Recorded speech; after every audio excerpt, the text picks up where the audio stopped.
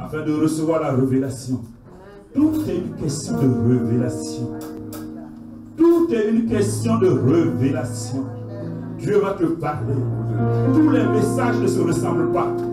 Chacun a un message particulier en fonction de ses problèmes, en fonction de ses demandes.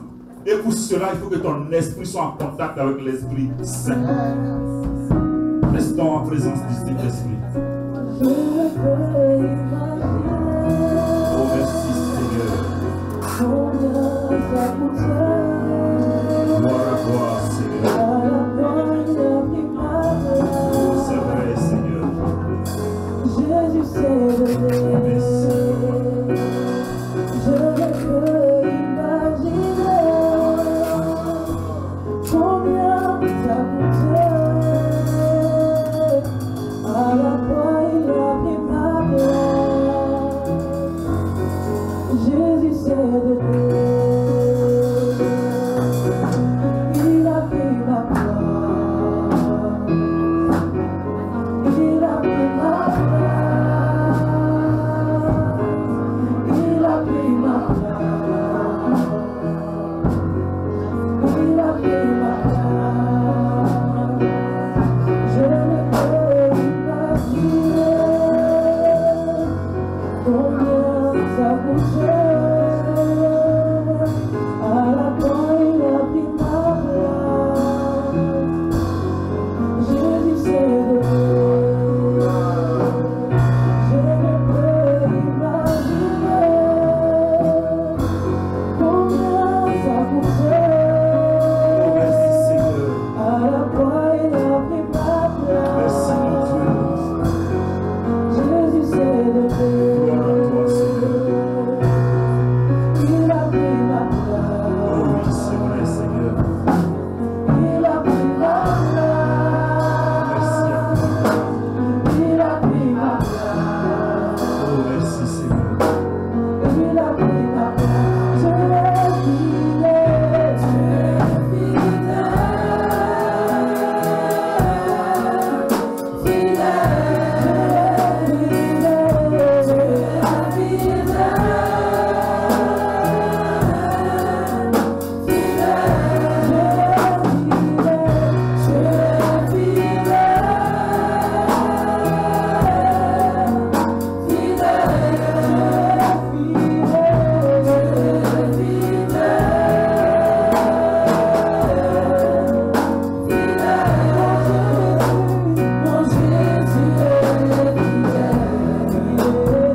Mon Jésus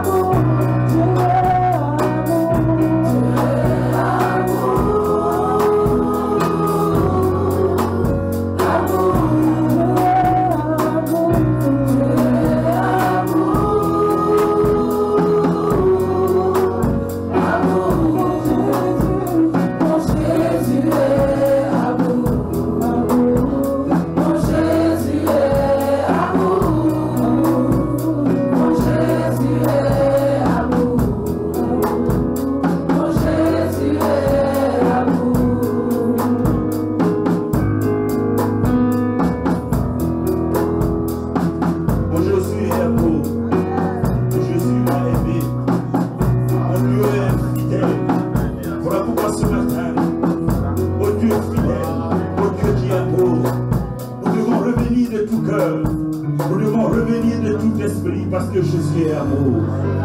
Amen. Oh Seigneur, ce matin, je reviens à toi, Papa, parce que tu es amour. Seigneur, j'abandonne tout ce qui m'était obstacle entre toi et moi ce matin. Et je reviens à toi, Seigneur. J'ai cru à un moment donné que cette manière d'agir me seyait. Mais je constate aujourd'hui que c'est faux. Je constate que tu es fidèle. Je constate que tu es amour. Je constate que tu m'as aimé. Seigneur, je reviens à toi. Oh Seigneur, accepte le retour du Fils prodigue. Je reviens à toi, Papa. Merci, Dieu Tout-Puissant. Je sais que tu vas m'accepter parce que tu es amour. Oh, gloire à toi ce matin, Papa. Merci, Seigneur. Merci, Papa.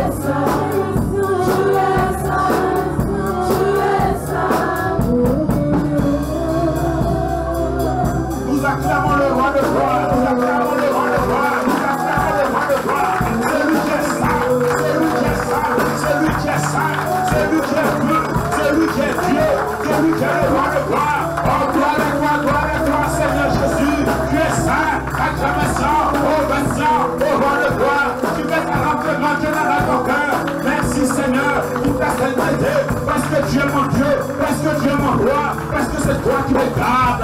Merci, roi de gloire. Merci, roi de gloire. Oh, Seigneur, merci.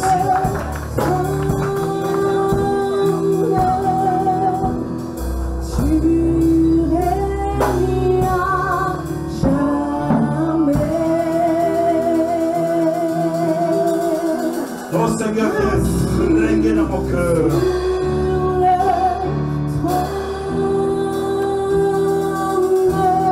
Merci Seigneur.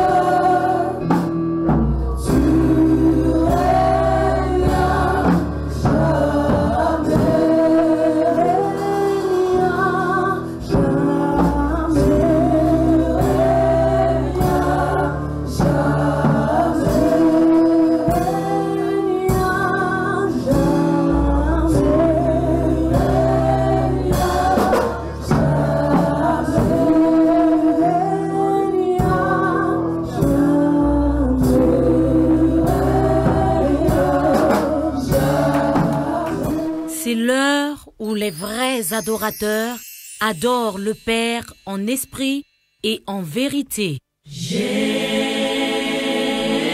Le roi de toute la terre, la joie des êtres célestes et des... Soyez bénis, bien-aimés dans le Seigneur. Soyez bénis. C'est encore une grande joie de nous retrouver pour bénir notre Dieu, pour célébrer le roi des gloires. Alors, aujourd'hui, c'est notre dernière étude biblique de l'année. Nous sommes au 30 décembre 2020. Donc, nous allons recevoir cette dernière étude de l'année. Et cette étude va porter, après tout ce que nous avons déjà vu au cours de l'année et que nous avons achevé avec le révérend Bishop Twali Aye. Le thème qu'il a apporté, c'était la victoire des 7 montagnes de Dieu, ou les 7 montagnes de la victoire. Voilà. Nous avons été abondamment nourris, abondamment instruits. Moi, personnellement, cela m'a fait beaucoup de bien.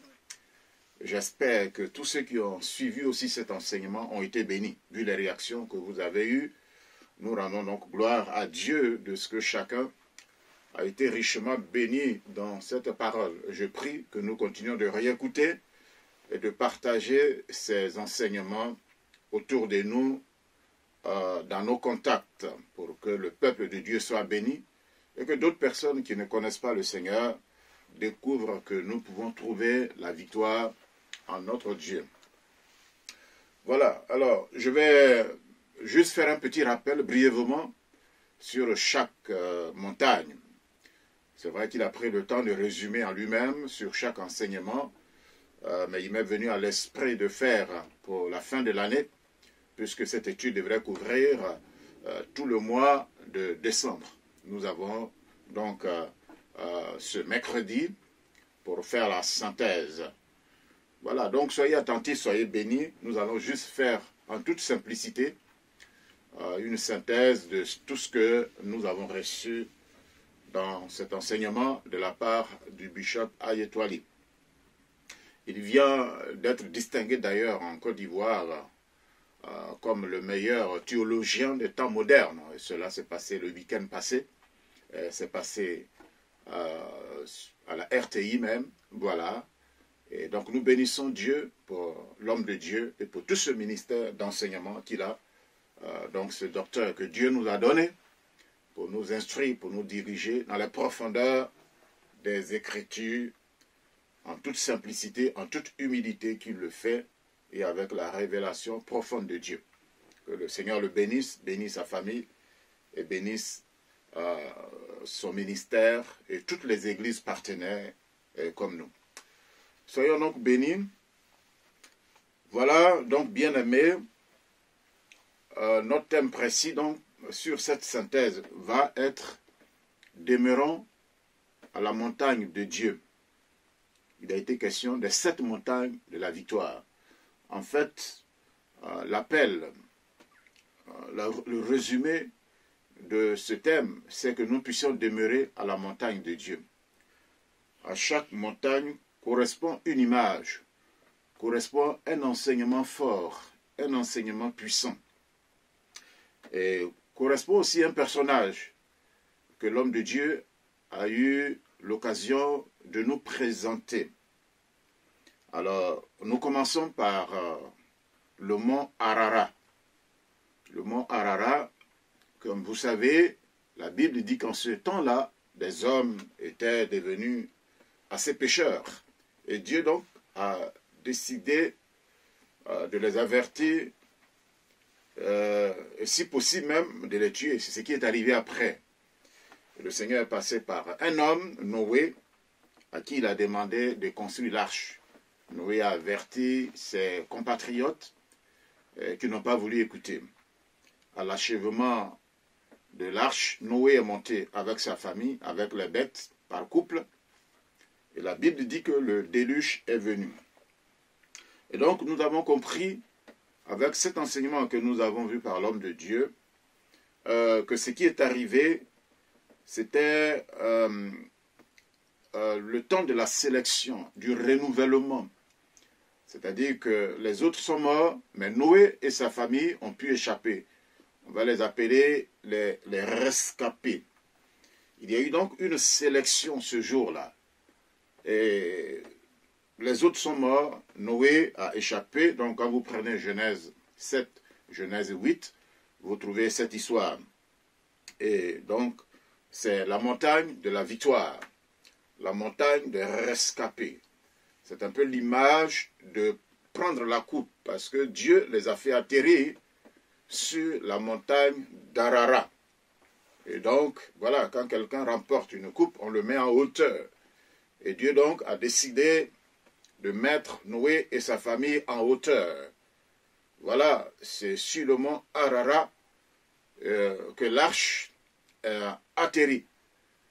Et donc là, au travers de cette histoire, nous voyons qu'il y a eu la sélection, il y a eu des rescapés. Et l'homme de Dieu nous a dit que Dieu renouvelle les choses. Et si tu es dans sa volonté, tu seras le rescapé. Quand tout le monde sera tombé, quand tout le monde aura échoué, quand tout le monde aura perdu, parce que tu as la caution de Dieu, parce que tu as la révélation de Dieu, alors le Seigneur te donnera de pouvoir échapper au drame. Qu'il en soit ainsi pour nous, durant l'année 2021, que nous soyons comme Noé, qui échappons au déluge. Quand le déluge viendra, quand il viendra passer, parce que tu auras été obéissant, que le déluge ne puisse pas t'immerger. Que le Seigneur soit béni. Nous avons également vu avec l'homme de Dieu le mont Morija. Le mont Morija qui a été étroitement lié à l'autre personnage que nous connaissons fort bien dans la Bible, qui s'appelle Abraham, le père de la foi. Alors, Abraham, donc, nous pouvons le qualifier comme l'homme résistant. Parce que quand Dieu lui demande d'offrir son fils, ce n'était pas une chose facile. Il fallait qu'il soit sage, qu'il ait la maîtrise, qu'il maîtrise ses émotions pour aller jusqu'au mont Morija. Et au mont Morija, donc, quand il voulait mettre le coup fatal, Dieu est intervenu et Dieu s'est pourvu.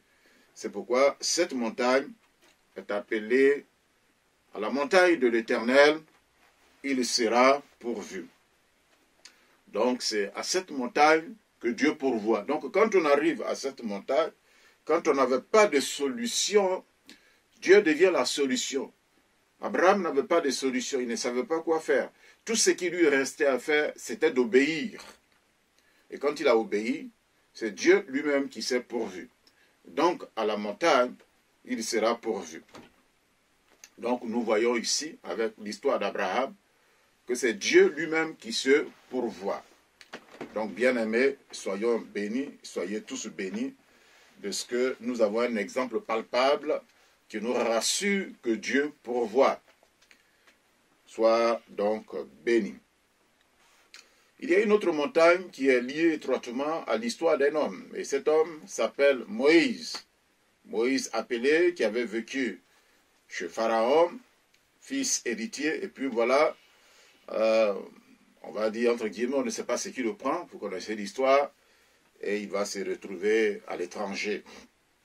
Et puis après, il est devenu berger, et puis au mont Horeb, qui est appelé Sinaï aussi, selon que l'homme de Dieu nous a dit, qui est aussi appelé la montagne de Dieu.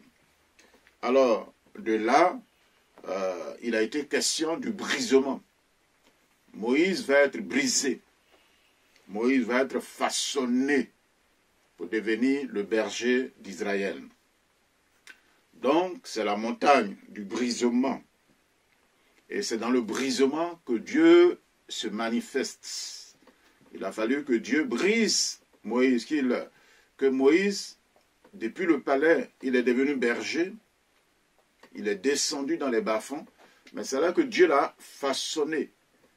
Et à la montagne, donc Dieu lui a révélé tout ce qu'il fallait lui révéler, y compris la loi, les directives, pour que Moïse puisse être dans la volonté de son Dieu.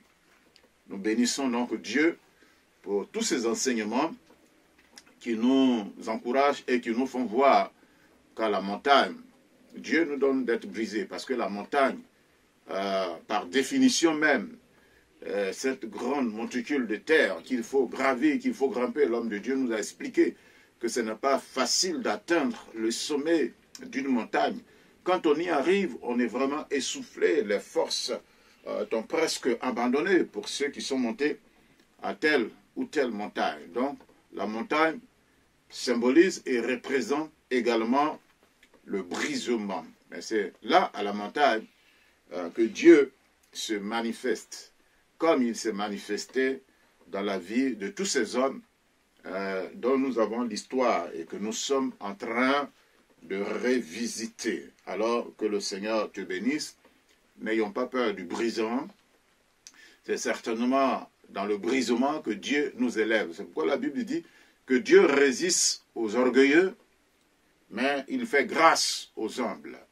Ça veut dire que si tu arrives à la montagne brisée, façonnée, alors c'est en même temps le temps de ton élévation.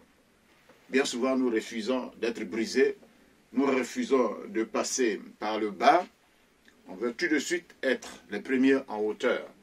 Alors qu'il y a certaines lois qui exigent qu'il faut d'abord commencer par le bas. Les escaliers se montent 1, 2, 3, 4, 5 et ainsi de suite. On gravit en hauteur. Que Dieu te bénisse, mon bien-aimé, que le Seigneur nous bénisse. Il y a une autre montagne qui a été liée à un homme de Dieu dans la Bible. Nous avons également partagé son histoire avec l'homme de Dieu, avec ses enseignements assez pointus et intéressants. La montagne de Carmel. À la montagne de Carmel, nous avons vu le combat qui a été engagé entre Élie et Akab et ses faux prophètes et Jézabel.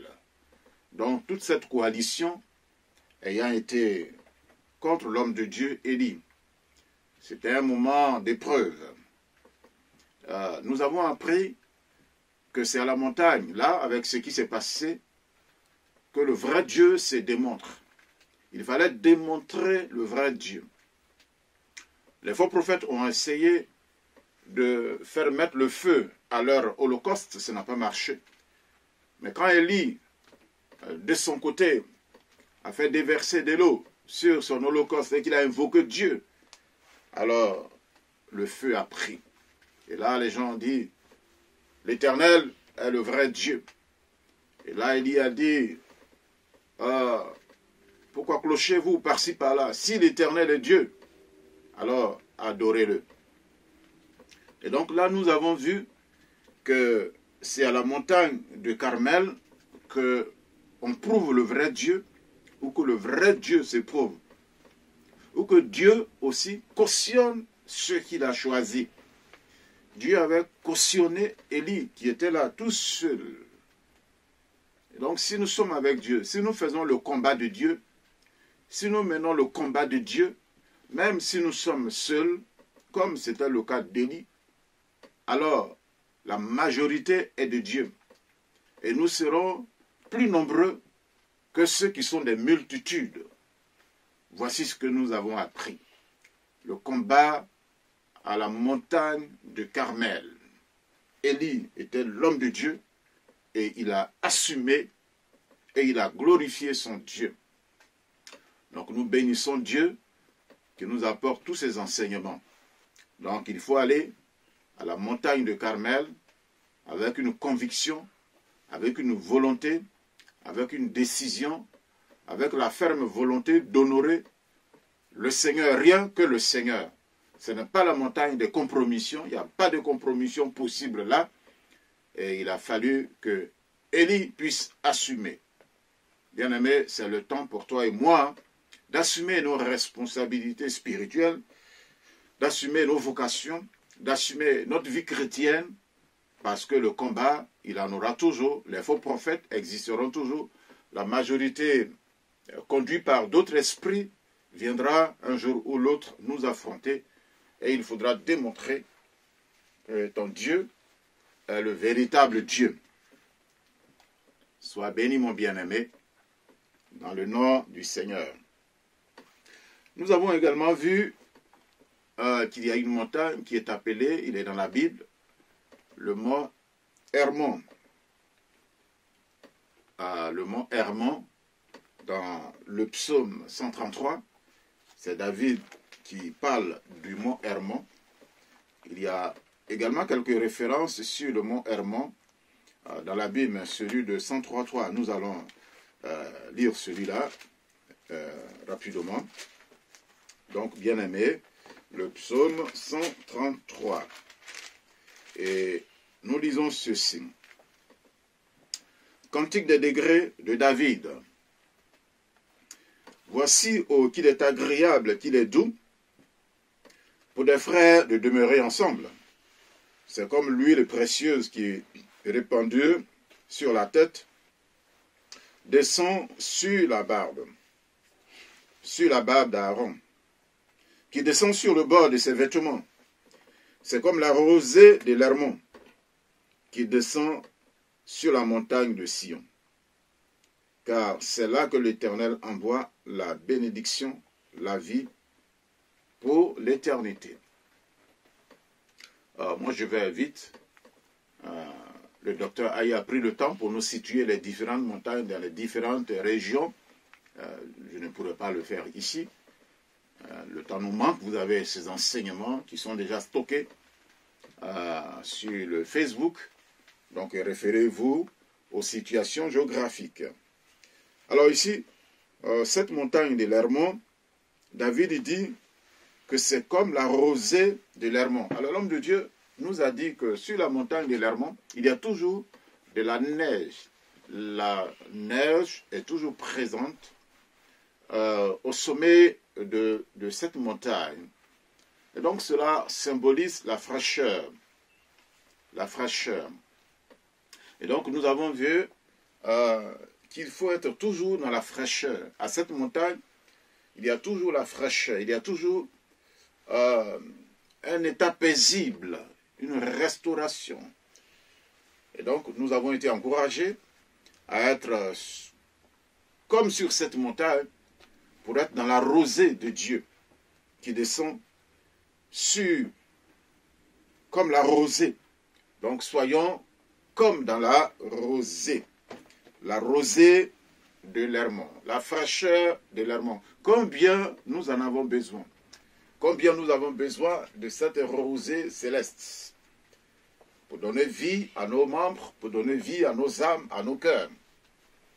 Nous avons besoin de la rosée du Saint-Esprit, de la rosée matinale, afin que nous soyons en forme et en vie pour continuer d'adorer et de glorifier notre Seigneur. Donc Dieu te bénisse.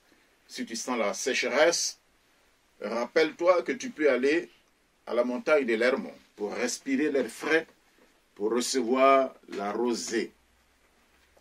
Une rosée continuelle, puisqu'à cette montagne, il y a toujours la neige en permanence. Que Dieu soit béni. Nous avons également vu la montagne de la transfiguration. Et là, le personnage clé qui en ressort, c'est le Seigneur lui-même, Jésus-Christ lui-même. La Bible dit dans Matthieu 17 que Jésus-Christ a pris 3 de ses disciples, Pierre, Jacques et Jean, et les a amenés à cette montagne de la transfiguration. Et la Bible dit, tandis qu'ils étaient là, la gloire a rempli ce lieu, le Christ a changé d'apparence, aussitôt Élie et Moïse sont apparus, ils ont commencé à parler avec lui, et quand les disciples ont vu cette gloire manifeste, ils ont dit au Seigneur, « Seigneur, ordonne-nous, permets que nous soyons ici en permanence.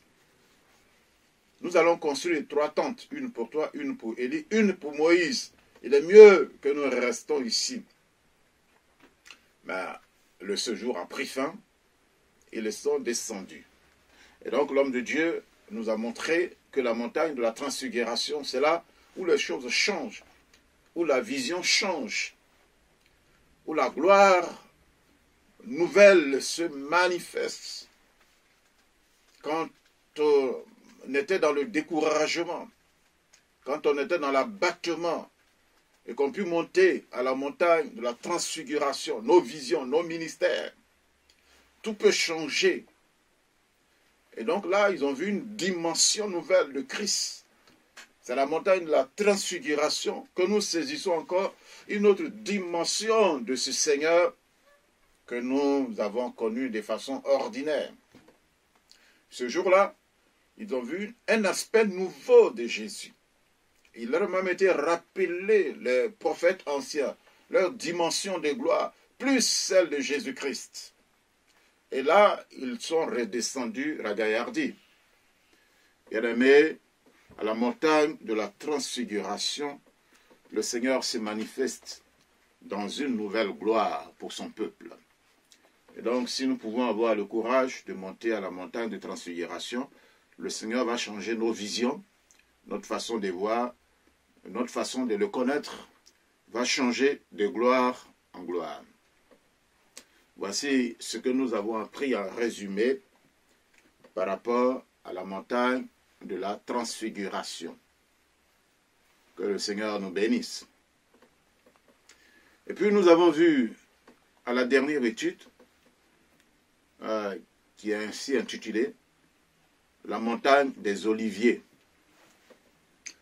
La montagne des Oliviers, voilà, l'homme de Dieu nous a montré que c'est la montagne des pleurs, mais c'est en même temps la montagne de l'adoration, la montagne de l'exaucement. Il a pris l'histoire de David, qui était poursuivi, son propre fils Absalom a tenté de faire un coup d'état contre lui. Et quand David marchait au pied de la montagne des Oliviers, il pleurait. Il pleurait. Il était dans le désespoir. Il nous a montré que c'est la montagne des trahisons, où on peut recevoir des trahisons, des déceptions. On peut être abattu.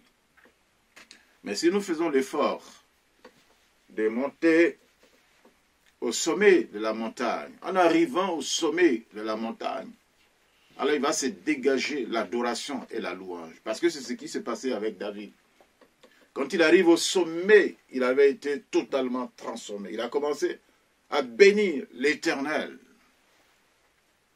Et aussitôt, la victoire s'est manifestée à son égard. Vous pourrez réécouter ce message. Il vous fera du bien, comme je ne cesse de le répéter.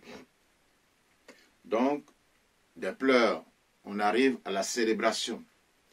On arrive à l'adoration.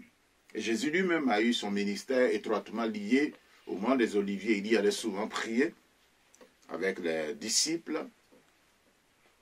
Et la Bible dit qu'un jour, quand il reviendra, il va poser son pied, cela a été dit également, sur la montagne des Oliviers. Donc c'est une montagne spéciale. Voilà, une montagne spéciale que la Bible mentionne.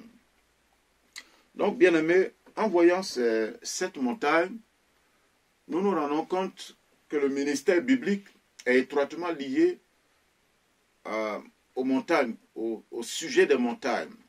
Donc, à chaque étape, nous devons en tirer quelque chose. Et à chaque instruction, Dieu voudrait que les enseignements qui y sont tirés puissent devenir les nôtres. Depuis Noé, passant par Abraham, ainsi de suite, jusqu'à la montagne des Oliviers, qui est en même temps la montagne de la prière, de la démonstration, de la manifestation de la gloire de Dieu.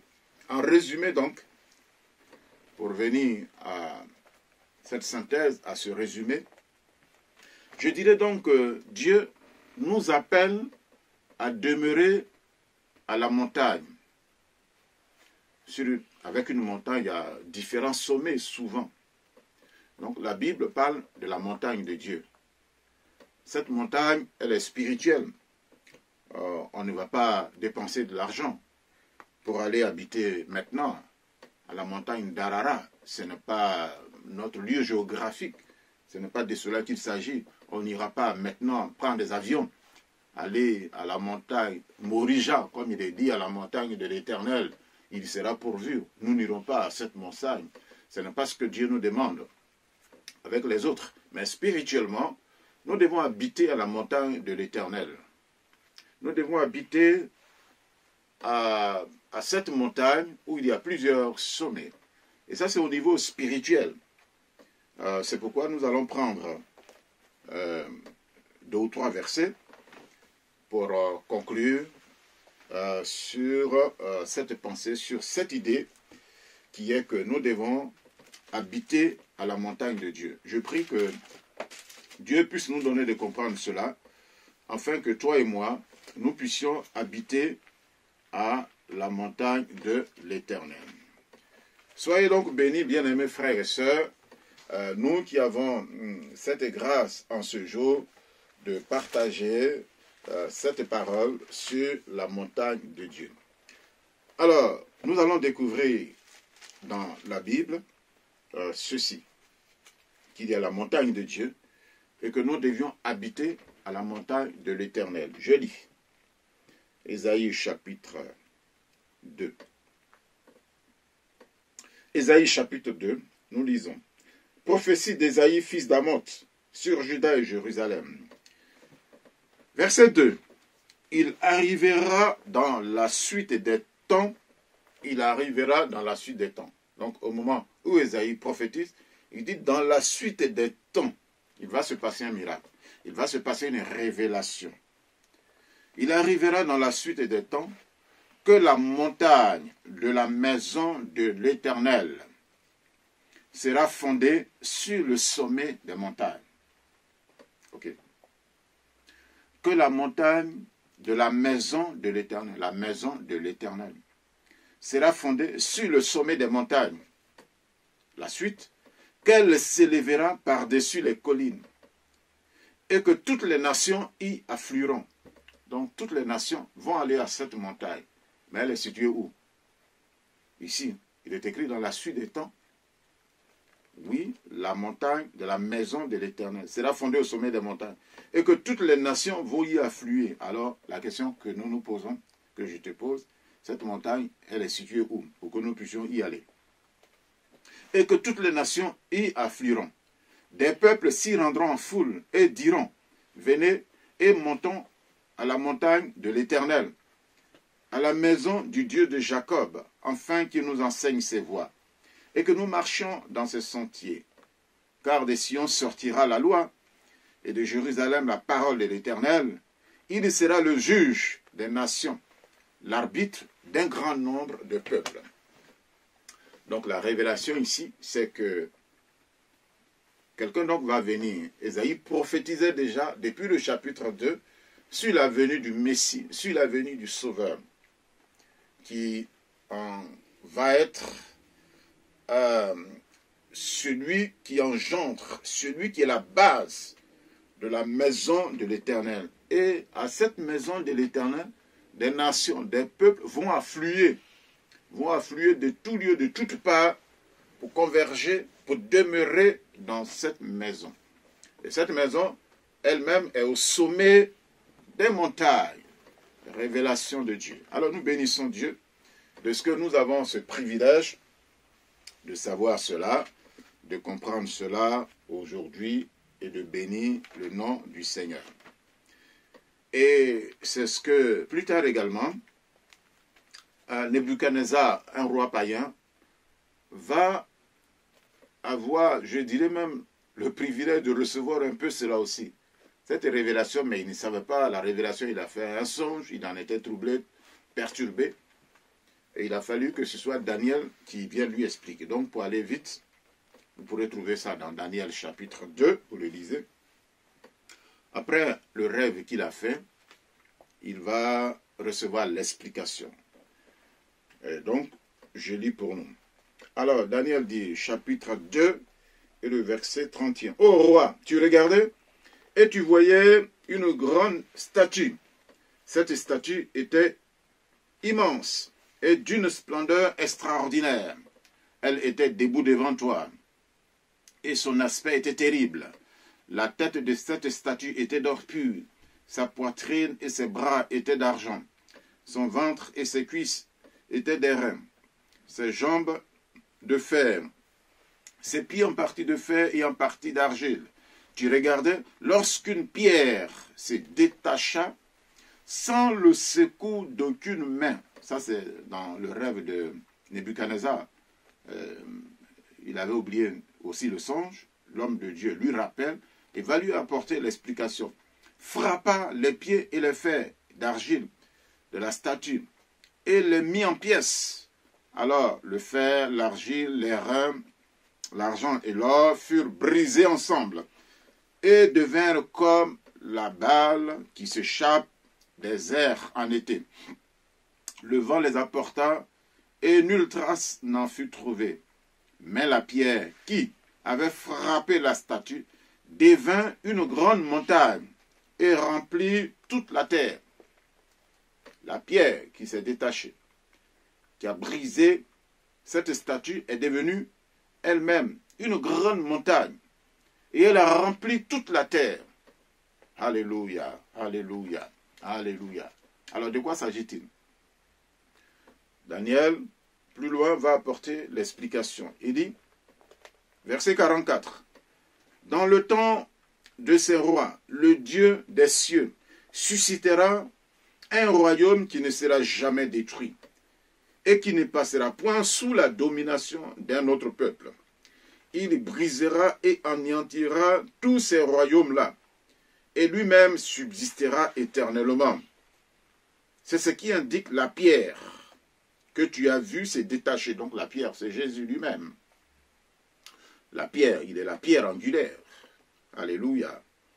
La pierre que tu as vue se détacher de la montagne sans le secours d'aucune main et qui a brisé le fer, les reins, l'argent. Le grand Dieu a fait connaître au roi ce qui doit arriver après cela. Le songe est véritable et son explication est certaine. Voilà. Donc ici, pour faire simple, cette grande montagne qui va remplir toute la terre, de par Jésus qui est la pierre, une grande montagne va se lever et va remplir toute la terre. Donc depuis Ésaïe, chapitre 2, nous sommes à Daniel, chapitre 2 également. Donc Dieu fait correspondre l'esprit de ces deux personnages qui avaient vécu à des temps différents. Et donc cela nous montre qu'il y a ce qui est appelé la montagne de l'Éternel. Jésus a bâti son église. Il a bâti son église sur la montagne.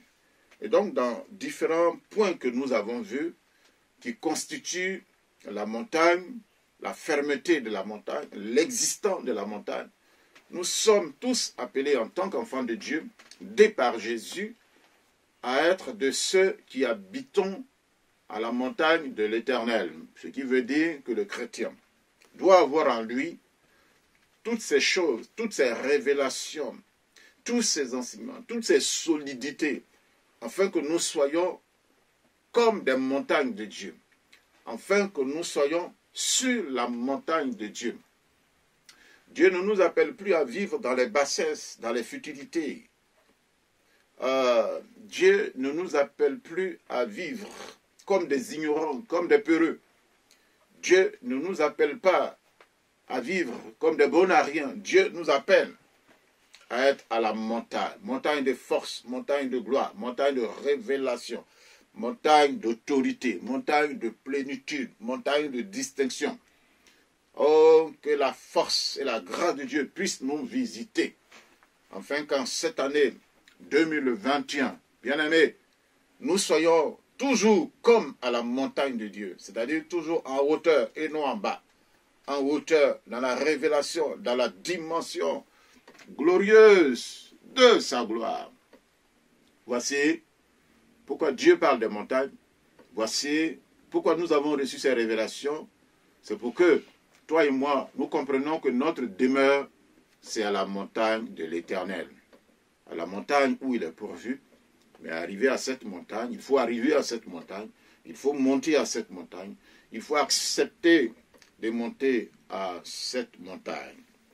Nous allons lire le dernier verset qui nous vient du Seigneur lui-même pour nous montrer que effectivement c'est à la montagne de Dieu qu'il faut demeurer. Alléluia. Soyez bénis, mes bien-aimés frères et sœurs, et tous ceux qui nous suivent, soyez bénis. Alors ici, c'est le Seigneur qui parle. Nous allons terminer par ce verset. Matthieu 18 et le verset 12, il est écrit. Que vous ensemble, si un homme a 100 brebis et que l'une d'elles s'égare, ne laisse-t-il pas les 99 autres sur les montagnes pour aller chercher celle qui est égarée? Waouh! Alléluia! Pour montrer simplement que la place de la brebis, c'est un lieu sûr, c'est à la montagne de l'Éternel. Le berger va laisser sur les montagnes les 99 autres brebis et il va aller chercher celle qui est perdue pour la mener sur la montagne. Ce qui veut dire que toi et moi, nous devons demeurer à la montagne de Dieu. Nous devons demeurer dans la hauteur. N'acceptons pas que Satan nous descende dans les bassesses, que les uns et les autres nous descendent, que les païens nous descendent. Restons à la montagne de l'Éternel, notre demeure. Depuis tout ce que nous avons vu, Daniel, Ésaïe dit que notre demeure, c'est à la montagne de l'Éternel. Que cette année-ci, que les églises soient à la montagne de l'Éternel. Que les hommes de Dieu soient à la montagne de l'Éternel. Que nous allions à la montagne de l'Éternel par la prière, par le jeûne. Que nous disions, ou que nous sachions dans notre tête, je suis à la montagne de l'Éternel. Dans la sanctification, que nous soyons à la montagne de l'Éternel. Dans l'élévation spirituelle, que nous soyons à la montagne de l'Éternel. C'est là qu'on trouve la sécurité, comme cette brebis qui va être retrouvée pour être apportée à la montagne de Dieu. Donc, ce qui veut dire également dans cet enseignement, Dieu voudrait que nous puissions aller chercher ceux qui sont tombés dans les bas-fonds, dans les profondeurs, dans les gouffres, dans les égouts, pour les ramener à la montagne de l'Éternel. Donc c'est une mission que le Seigneur nous donne encore en cette fin d'année, qui nous rappelle, nous devons aller chercher les brebis égarées, les brebis perdues, pour les amener à la montagne de Dieu, pour les faire remonter à la montagne de Dieu. L'Église monte encore à la montagne de Dieu, demeure à la montagne de Dieu, au travers de tous ces enseignements que nous avons reçus, que nous recevons. La volonté de Dieu, c'est que toi et moi, nous puissions demeurer à la montagne de Dieu. C'est là qu'il y a la fraîcheur, c'est là qu'il y a la rosée, c'est là qu'il y a la sécurité, c'est là qu'il y a une visibilité lointaine sur tout. On n'est pas surpris quand on est à la montagne, on voit des loin. Alors que Dieu vous bénisse, que Dieu nous bénisse, et nous bénissons l'homme de Dieu, le bishop Aye qui nous a instruits. Nous bénissons tout le peuple de Dieu, tout le corps de Christ qui a reçu ces enseignements. Et nous te bénissons, et sois béni toi qui as reçu ces enseignements. Et nous bénissons Dieu qui nous a donné toutes ces révélations. Et dis avec moi, Amen, Amen, Amen. Dis avec moi, merci, merci Papa. Merci, merci Seigneur, de ce que ma demeure est à la montagne de Dieu, où il est pourvu, où il y a la fraîcheur, où il y a la rosée, où il y a la force, où il y a la démonstration, où il y a que nous sommes rescapés, où il y a que nous sommes glorifiés avec Dieu. Oh, je bénis ton nom, Papa. Je bénis ton nom, Papa. Que l'Église, en 2021, demeure à la montagne de l'Éternel. Papa, que ton nom soit béni, que ton nom soit loué. Toi qui nous aimes et qui nous fais du bien, au nom de Jésus. Amen. L'année de mon mariage, l'année de mon voyage, au nom de Jéhovah j'irai. Amen. L'année de ma promotion, l'année de mon salut, amen. L'année de ma guérison, amen. Jéhovah Rapha va me guérir, amen. Car de la poussée me retire, je fumier me relève, et il me fera asseoir à la table des grands.